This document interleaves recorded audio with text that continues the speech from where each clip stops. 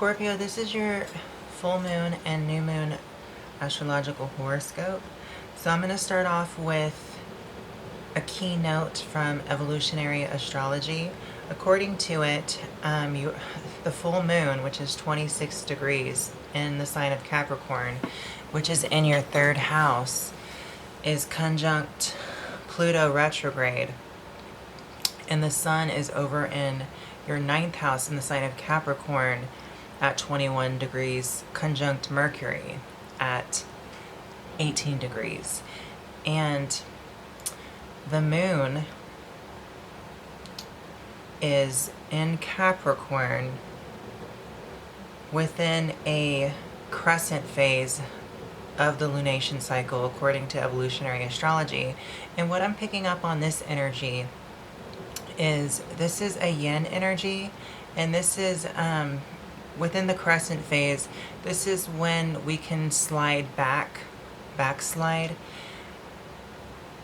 within past patterns out of fear, because our soul is trying to evolve and move forward, and we have the option of doing so.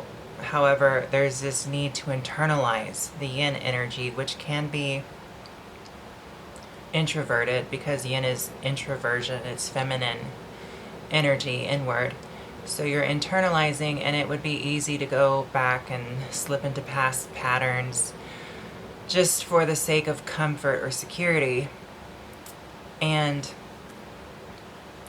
we just need to be aware of that with this lunation cycle.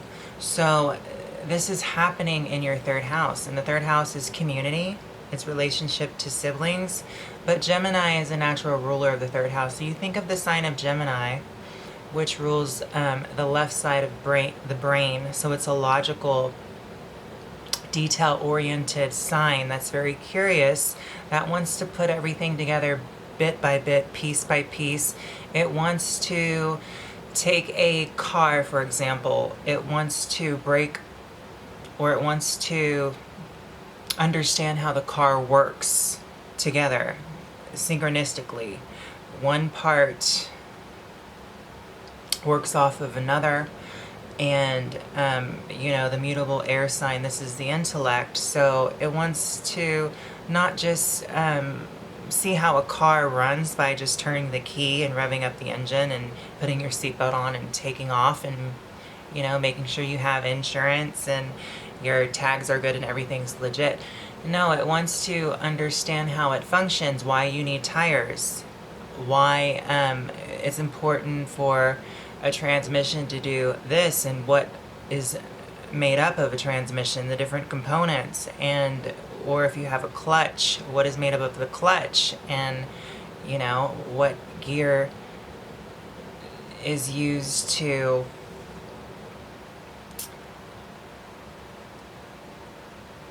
start the car in first, and what speed gauge is the second gear, and how do you put the gear in neutral, So it wants to understand what's going on inside the engine, the clutch, transmission, and all these different parts of a car, in order to understand how everything works together, so that it, in a Sagittarian way, the right side of the brain, it can understand how this car, you just get in, turn the key, and you turn on the AC, the radio, everything is just working without any thought of the details. That's Sagittarius, right side of the brain. So back to the sign of Gemini, very detail-oriented, intellectual, curious, wants to know how everything works together in order to make this one piece of machinery. We're using a car, for example, an automobile, how it works and functions together. So this is your third house here, and you could think of the community as different layers, as far as, okay, here's the medicine shop, or here's the ruin shop, or here's the blacksmith, or here is the library, or here's the church, or tabernacle, or here's the grocery store, here's the post office. So the third house is, your locality, community, all of these little functions that create a bigger whole. Okay, so community could be used as a different dynamic. So Gemini right here, ruling over your third house, we're thinking of, okay, the moon is emotions, okay? And what's connected with this full moon is the sun and Mercury, which is over in Cancer, your ninth house, which is ruling emotions. But back to the crescent phase, where the moon is with Jupiter retrograde, or not Jupiter, excuse me, with Pluto retrograde. Pluto's already internalizing, and it being in retrograde is internalizing even more the significance of what Pluto stands for, which is basically in evolutionary astrology, it stands for the soul. And Pluto is, I want to say, it's a powerful energy, but it's one that is very individuated in itself. But it also has this tremendous force behind the scenes that merges and connects souls on different levels. But it's somehow different than the collective energy of Neptune. So with Pluto retrograding with the moon here in this crescent phase lunation cycle in your third house, so the crescent phase, just to bring back up that it's a yin energy, it's internalizing, and it has a tendency to slide back into past patterns out of fear, because of there's some sort of comfort in not pressing forward, but avoiding the evolutionary growth because of what is familiar. And the moon here being emotions, your third house, and the sun over in Mercury, the sun in Cancer in your ninth house, conjunct Mercury. Mercury again here is ruled by Virgo, or it rules Virgo and Gemini, and the sun is ruled by Leo.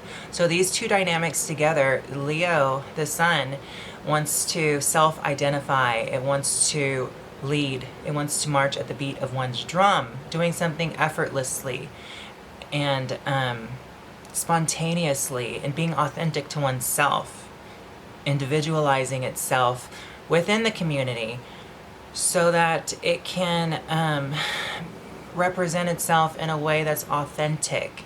And the moon, you're getting this emotional response from your soul here with the moon conjunct Pluto retrograde. You're integrating some of the things that your soul has already been putting you through regarding how you emotionally respond within your community, and that whole third house dynamic, which includes siblings and other things as well. It includes a lot of things, actually, but I'm picking up on it's more so how your energy starts to express itself within the community and your emotions. So you're trying to hear your soul is trying to emotionally intuit and express itself through its authenticity. And with Mercury here connected, it wants to be able to communicate its needs, since we do have the Cancerian energy, and because it's in the ninth house, some of the needs include spiritual beliefs here, a belief system. What is value of you? What is of value to you according to what you believe in, as far as either spirituality, religion perhaps, or something outside of yourself externally, where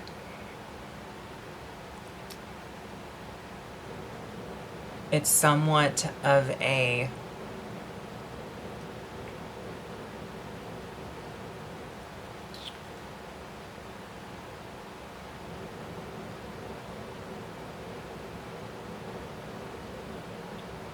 It's somewhat of a belief structure that stimulates the mind and creates more curiosity, so that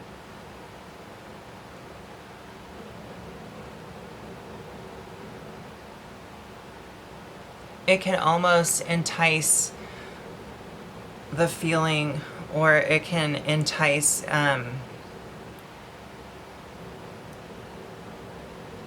the emotions to kind of push you forward, because you know that with the Sun and Mercury here together, there's going to be a direct link to your self-expression that is formed through what your spiritual values are, we'll say, and how you explain that to others.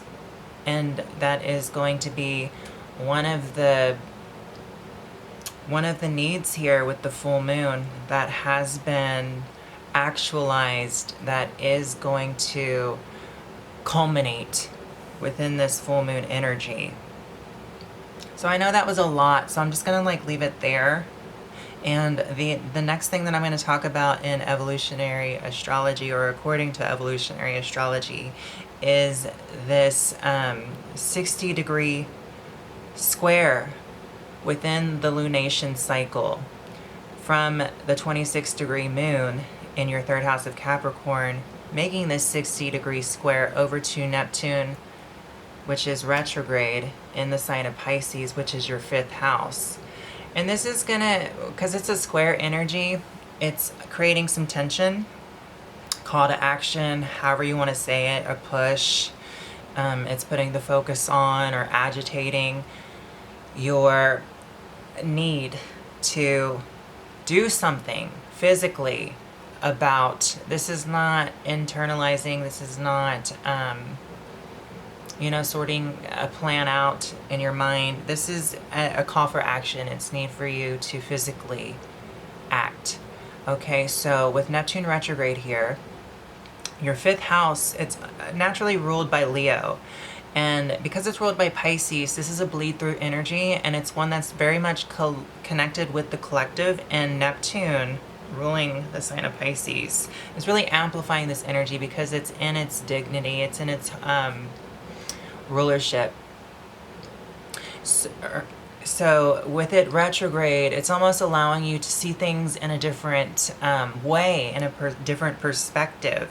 But it's coming in a way where you need to act now on incorporating some, or integrating some of, the lessons that Neptune has been making through your first house. And first house represents, self-identity, self-expression, marching at the beat of your own drum, romanticism on a very superficial level, what makes you feel youthful.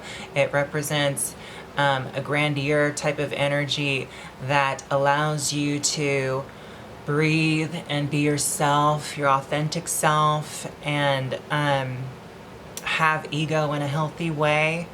So this is you really being confident and putting yourself out there and showing people who you are in an authentic way, in an individual way, making yourself known here as an individual that's unique, but still equal to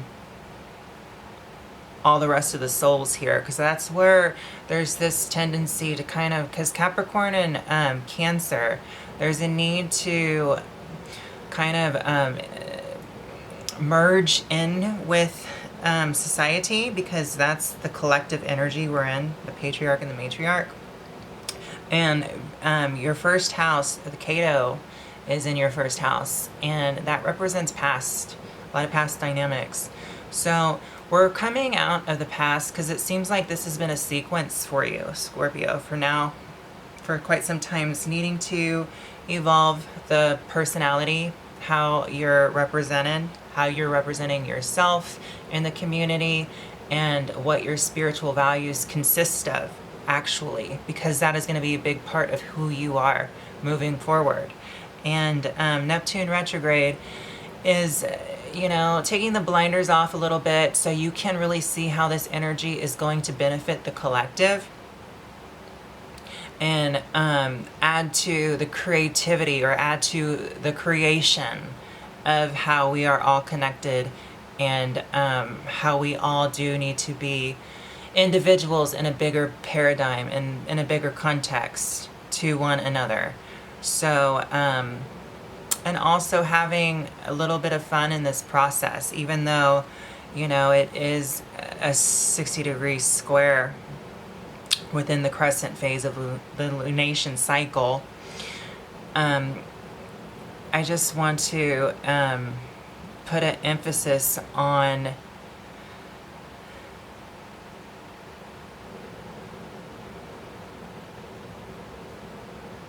this is going to really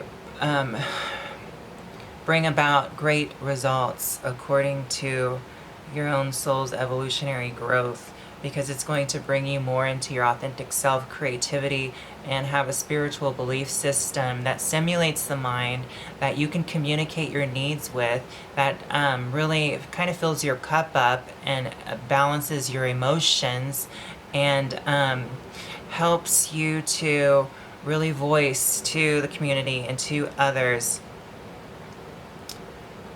what your needs are. And really kind of gaining a sense of youthfulness, so that everything doesn't seem so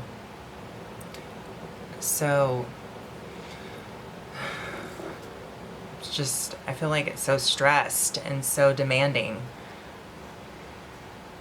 on yourself. And also with the 9th house, any kind of downloads and information you get from on high, because Sagittarius is information that is a knowing that comes just, that just falls into your lap. You don't know why you know it. It's just information that comes on high, something that has been from the past that you already learned, or it could be, just this instinctual nature of knowledge that just comes to you with Jupiter, because it is a very spiritual energy as well, and it just kind of drops down and you receive it, and you don't quite understand where it came from, but it's just a knowing here. It's a different kind of intuitive knowing here, so you'll be able to explain it better with Mercury. And people will just kind of understand where you're coming from as well. So with that,